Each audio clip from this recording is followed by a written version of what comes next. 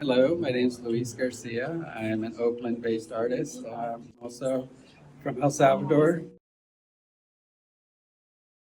I use my work to kind of talk about my culture, but also talk about different things that I think are important to me. And there's a lot of socio-political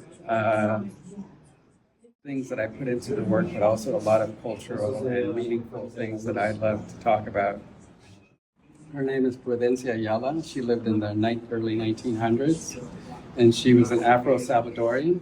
And in El Salvador, I didn't know too much about the Afro-Salvadorian history in that sense, and specifically her history in that sense. I learned about her about 2 or 3 years ago, and learned that she was actually a very pro-feminist revolutionary individual that was trying to unify a lot of Central America.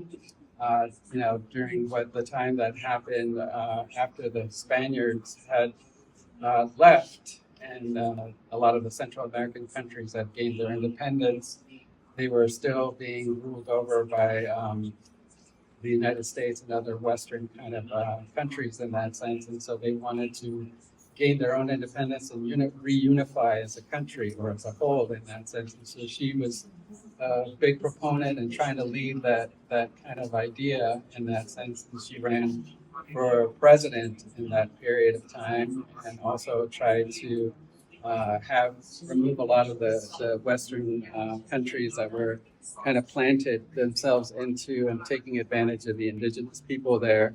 And so I really admired what she was trying to do, and I wanted to create a portrait about her and just kind of bring more light about her life and what it meant to me, and the knowledge that I kind of gained in that way from learning about her. And so there's a lot of different things in the painting that kind of reflect El Salvador in some ways.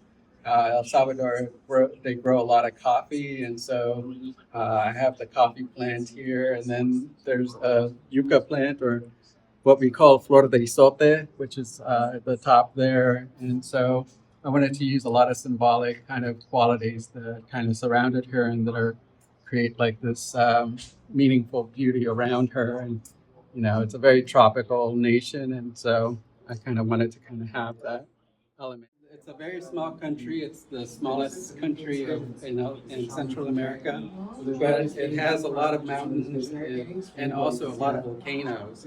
So I always tend to think of the country as having very fiery kind of fiery elements to it, but also the people that live there.